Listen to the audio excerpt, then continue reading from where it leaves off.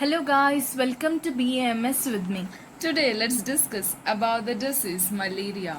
Malaria is a parasitic disease which is transmitted by the Anopheles mosquito. The mosquito infects the host with a one-cell parasite called as Plasmodium. It infects the host with a parasite one-cell parasite called as Plasmodium. Coming to the definition of malaria, it is an intermittent and remittent fever caused by a protozoan parasite that invades the red blood cells and liver.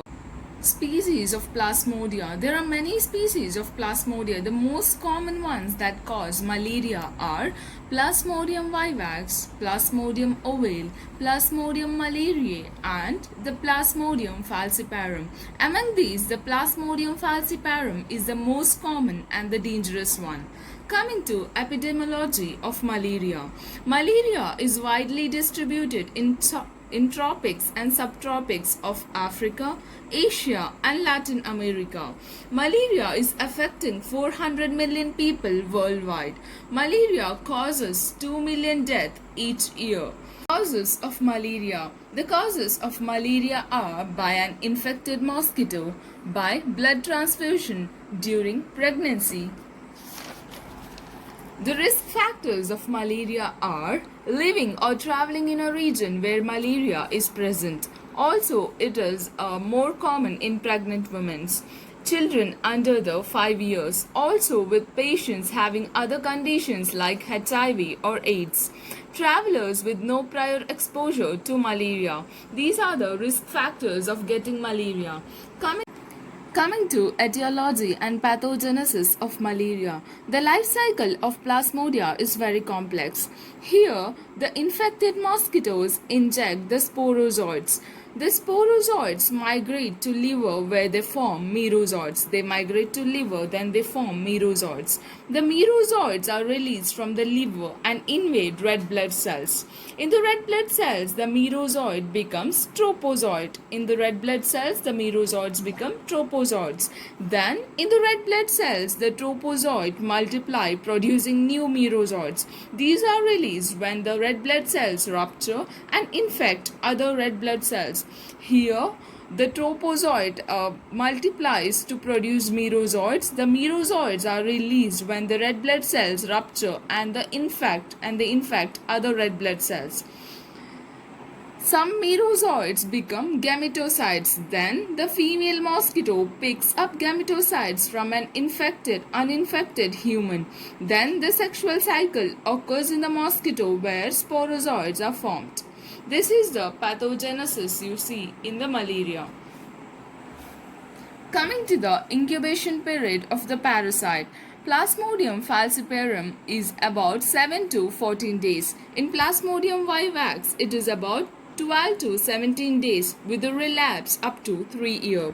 Plasmodium ovale, it is about 9 to 18 days with a relapse up to 20 years.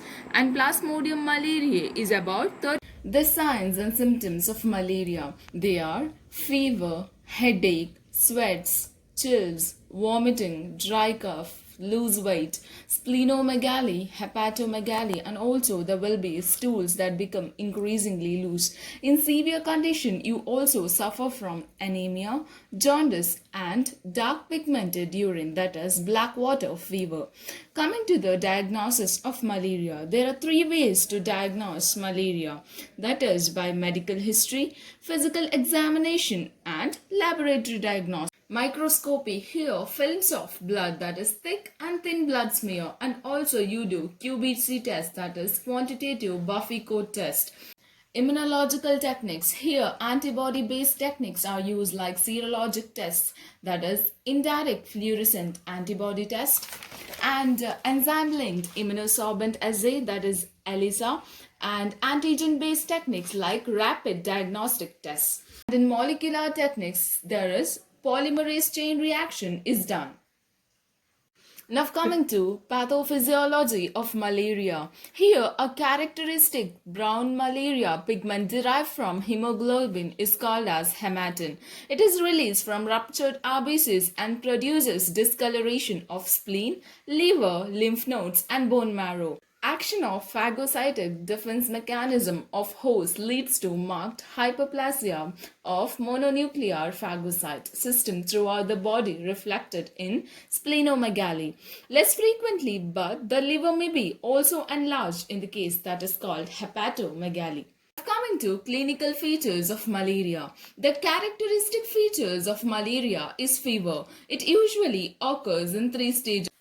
First stage is cold stage. Here it is characterized by rigor and headache. The patient feels cold and shivers even though the temperature is rising. And in fever stage, the temperature rises to its maximum. The parasites destroy large number of red blood cells and thus cause hemolytic anemia with fever, headache, joint pain and vomiting and diarrhea. Coming to the prevention and control of malaria, it can be aimed at three stages. First is protection of individuals. Mosquito netting, protective clothing, insect repellent can protect the individual from mosquito bite. Second is control of anopheline vector like insecticide sprays, drainage of stagnant water in swamps and ditches to reduce the breeding areas. Third is treatment of reservoirs of infection by using the drugs. There are as yet no vaccine proven for the prevention of malaria. The technology is known as insecticide treated mosquito net. ITN is highly practical which could succeed in saving millions of lives from malaria. Coming to the complications of malaria, the species and major complications that you see.